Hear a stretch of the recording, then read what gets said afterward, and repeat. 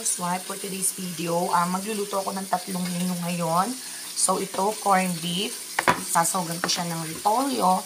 And then, ito yung mga sakana niya. Lalagyan ko siya ng bell pepper. And then, magtitinolang galunggong po ako, guys. Ito yung sahog niya. Tapos ito, lalagyan ko siya ng ceiling green. And then, magpo-potato omelette ako, guys.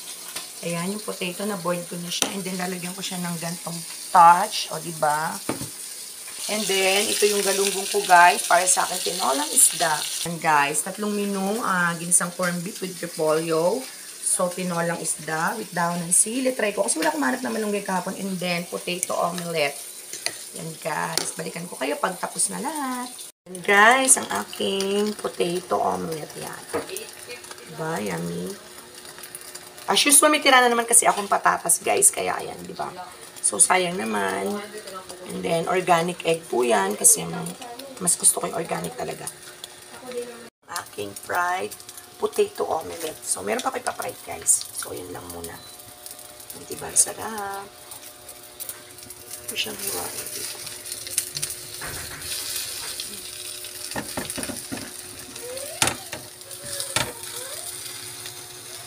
Ayan guys, second menu na. Sutay-sutay na ang corned beef. Then lalagay ko na yung repolyo. Gigi, ayan, luto na rin siya guys. So waiting na lang siya para sa kanyang pagsutay-sutay. Ayan. Tinolang Gigi po yan guys. Guys, ito na po ang aking tinolang galunggong. Ayan guys. Super yummy niya guys. Tinikman ko na siya. Ayan, nakatatlong menu po ako ngayon, diba? Sana maubos lahat yon. Ayan guys, super yummy. Hope you like this video. Ito po yung akin, kisharing corned beef. Ayan, isda-isda lang po tayo. Ayan guys, super yummy ng usok, charot, ng tinolang isda. Thank you. O, diba ang yummy? Ayan guys, naluto ko na ang aking menu for today, corned beef with repolyo. And then, ito po ay tinolang galunggong. Sa akin po yan guys. Favorite ko yan. Basta isda-isda.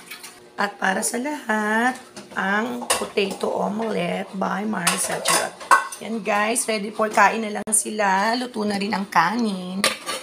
Yan guys. Salamat sa Diyos. Salamat sa biyayang to. Thank you guys for watching. Hope you like this video. Love you all.